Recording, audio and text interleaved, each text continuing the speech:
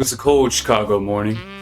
Kind of fitting whenever you think about the gift that I had from my special lady on her special day. I can still hear her tears hitting the phone and her family singing happy birthday as I told her I had to go. When I looked into her eyes, I never thought I could live up to what she deserved. So I ran. Ran to a city called Lafayette. Beautiful city. Great atmosphere. Suspect people, but great atmosphere. But I needed to find something to fill the void, fill the hole in my heart. What makes me drive? What gets me up in the morning? What is gonna keep me going without her? And I found it. Bustin' Grimes.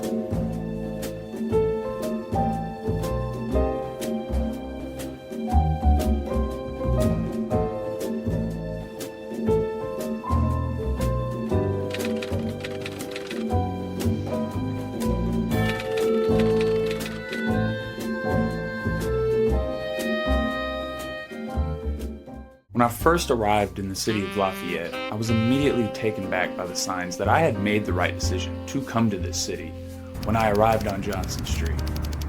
It was amazing because as soon as I turned around, I saw a man flying through a building somehow. I don't know how he has that ability. After that, I just went, looked around the city, talked to some locals, got my lay of the land, some would say. I also observed their terrible spatial awareness. Why do I have to jump? I can't even get to there, okay?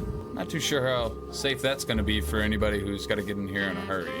I don't know what they were thinking in the St. Clinic by putting the bed that close to the door. Nobody can walk through there. After talking to some assholes on the street and witnessing some bums. Your name? Sorry, that's personal, okay? Sorry. Not gonna give you some money for your name. I'm arresting you on suspicion of murder. I'm pretty fucking strong. Did I just scare that bum away? I went and found a diner. Now, this diner looked like shit, though. I'm not even gonna lie to you. They look like dog ass. The diner looks like shit. Let's try this hickory hey nay. But this diner allowed me to get some jobs. I found a little board. Oh, there's job listings. I believe we can get our first job here, boys. There's a nice little board for me to get jobs. How nice of people to just post, hey, go beat up this asshole for me. Public humiliation. No questions asked, no questions answered. Feet, a rare sync disk. Get this info.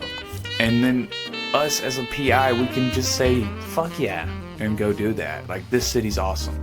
This is where I belong. This is my city now. It's under my protection, under my wings. I will spread my locks wide and protect this city. I'm Mama Bird now. Wanting to get my feet wet into the city, I accepted that public humiliation job and called the number that was attached to the note. A man picked up, told him to meet us at a specific street and that he'd be sipping on a gem cedar, a fine alcoholic beverage. So, we made like a banana and we split. When we found our guy, he was sitting on a bench, and after talking to him, we found out that his name was Hodges. Now, Hodges told us that the job was going to be very easy, and that all we had to do was throw food in the person's face and make sure that it was done in public and get a picture of it.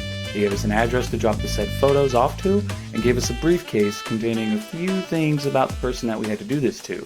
Now, the only things we knew about the person is that their eye color was blue and that they worked at the Shadow Company and that their first name started with a G. So, initially, we went straight to their job. Bingo. The Shadow Health Store, or also known as my next paycheck. Now, when I arrived on the scene, I was cold as shit and somehow slippery as hell, but that didn't stop me. I immediately got to work identifying the man that was behind the counter and trying to figure out a way we could find our guy. But that's when I saw it, a security room in the back. And in my eagerness to get to the security room, I slipped and busted my ass. Oh shit, slipped and busted my ass. Hope she didn't see that. But when I got to the door was locked anyway. It needed a key code. So I went and started looking for the code and busted my ass again. But I found it on a billboard. Now when we got the code and put it in the door, we noticed there was a man already in the room working. So we snuck past the man and waited behind him until he left. And when he left, we were able to get into another room that had a filing cabinet. and this filing cabinet had records on every employee on things like eye color, name, and fingerprints. And after quickly going through all the files, we were able to find our guy. There we go. Giovanni Fletcher, or at least that's what I called him because I didn't know how to read his name, was our guy. And initially, my dumbass thought he only worked on Sundays and Mondays, so I went to a bench and I waited till he started work. Now, after waiting for far too long, I realized I could just go to the phone booth and call him. But when I checked the city's directory, it actually gave me his address. So, trying to keep my heart on tucked, I went to his house. But before we could go fuck over this nerd's life, we had to make sure we had two things. We had to grab a pair of handcuffs because every PI needs a pair of handcuffs. And we also had to pick up a camera so we can get evidence for the turn-in. After I had these two things, we made our way over to his apartment building, made our way upstairs, and knocked on that sweet mahogany wood door and waited for Mr. Fletcher to open the door. And then he did. And he had a fucking bra on. Yeah, Giovanni Fletcher is a male who likes to wear women's clothing. Needless to say, he wasn't going to let us in the room, so we had to find other ways in. I immediately started to look around and noticed ventilation. So, like any good PI, I jumped my ass in the vents and I got in that damn house. Squeezing my fat ass through the vents, I managed to drop down in Giovanni's apartment, and as soon as I hit the floor, I immediately started looking for anything valuable that was not pinned down. When suddenly, Giovanni came home. But it wasn't for long because he immediately went to sleep, and we took advantage of this time to get on his computer and learn everything we could about him. We then went to Giovanni's kitchen, grabbed his jar of Skittles off the counter, and threw it at him while he was asleep. After we threw it, we immediately ran out of the apartment, scared that Giovanni would call the cops. But Giovanni was out fucking cold. After a little while, Giovanni climbed back in bed, and then we went and grabbed the kettle and made that motherfucker sip some tea. Giovanni wasn't fazed by the kettle though. In fact, I think it actually made him have to pee. So he just got up and went to the pisser, and so we waited with a pirate ship replica and made him eat the tip of that motherfucker too. Now Giovanni at this point was a very full boy because we had just gave him a full can of ass whooping. Now, fueled with my rage, I wanted to unload some more of that on some more residents of this building. So we went into the vents, started climbing through, and we found a couple. We knocked this bitch-ass dude out, and his little ugly-ass hag girlfriend came around the corner, so we gave her a 2-piece chicken nugget sandwich as well. After this, we were leaving the building and spotted Giovanni going on down the stairs. We followed Giovanni to his workplace before we realized, after checking the case, we don't need a photo of Giovanni. We have everything we need. We've already publicly humiliated. We've beat the living shit out of Giovanni already. We're good.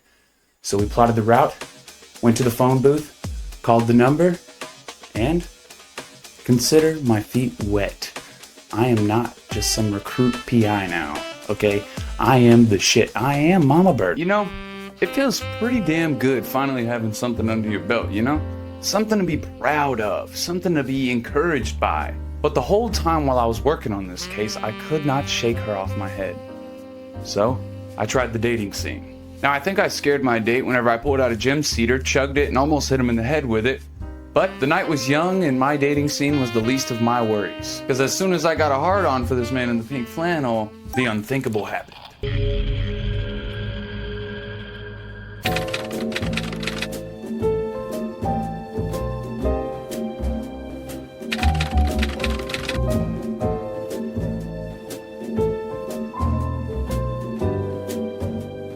After receiving the radio ping from the police, we learned that the murder took place at 1303 Steffens Building. So, we had to go pick up a case file from City Hall, and then we sprinted straight over to Steffens Building.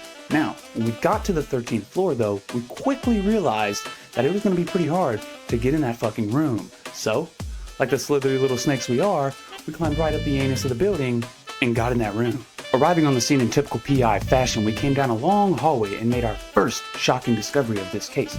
And it wasn't that there was a dead man on the floor, it was who the dead man was. You see, our dead guy was the same clerk we saw in our public humiliation case at the Shadow Health Store. But before I could relish in this discovery, a random ass dude came around the corner and was tampering with the evidence. After we dealt with our little tamperer though, we immediately started gathering evidence and examined the body. After we examined the body, we quickly found out that he had died from a small caliber round to the chest. So we started looking around for any expended cartridges, and that's exactly what we found in the living room. 3 of them. After we found these cartridges, we started to build a portfolio on both of these young men, and guess what? We already had most of the evidence on the Shadow Health Store employee. It was the tamperer that we knew nothing about. So we grabbed his fingerprint, work ID, and a piece of paper that clearly spelled out the killer's name, but I'm not playing fucking Wordle because I'm not a 40-year-old woman. I'll just pull a kick door on every room in this apartment building. Now, looking around the scene for any more evidence, I found a size 12 stiletto in the guest bedroom. Now, this could mean one of two things. Our dead guy has a wife and she's just not here, or our tamperer is a ladyboy and lives here. Now, I wanted to find this out by going to our tamperer's job, and after we went to our tamperer's job, we looked on his computer and found a very suspicious, incriminating email. Eden is dead. That literally said Eden is dead and was rambling on about a bunch of random shit. So, in my thoughts, I was like, this was pretty fucking cut and dry. This is our guy. This is the killer. So, we put his ass on the fucking case and turned it into the city hall. And Fuck! Are you fucking kidding me? Pisses me off. Well, at least we got the bread for the fried chicken, though. That's all that matters. that's right, we successfully framed the roommate thanks to a pair of red stilettos that led us to misgender our culprit. They tricked us with the pronouns. Or so we thought. You see, after going back to the crime scene, I was able to find a note addressed to our victim that stated the building could not release any surveillance footage and that they haven't seen any tall women. It was very clear whoever killed this person had been following them prior to doing so, and whoever it was a little slender bitch. Using this information alongside the Shadow Health Store's employee database, I was able to pin down a lengthy woman that could be our killer. Ignoring everything that I had just pieced together, I went to the victim's fridge to help myself to some synthetic pork and washed it down with synthetic milk. Now, what kind of PI would I be if I didn't finish off the meal with a full bottle of liquor? To nobody's surprise, I became very nauseous, and the game quickly reminded me why I don't drink in real life. No, seriously, I spent 20 fucking minutes stumbling around this dead man's house. Stumbling out of the building, though, I quickly realized that I had came to a screeching halt in the case. Oh, shit. Ow. And, using all my LEGO Batman 2 skills, I came up with a new plan. Wait for the killer to strike again. I didn't have to wait very long, however, before I got another transmission on the walkie-talkie. Arriving on the scene, I was greeted with the same ritual-style killing using the same satanic blood circle. And after examining the body, I found out that the same type of weapon was used as well. But I did, however, manage to find a new key piece of evidence when I scanned a blood splatter in the bedroom, and I found a new fingerprint that didn't belong to anybody that lived in this apartment. But sadly, this was the extent of our investigation here. This murderer is having the time of his life in this city because I do not know how to fucking solve this shit. After realizing it would be far too hard to get every fingerprint in the city, I gave up.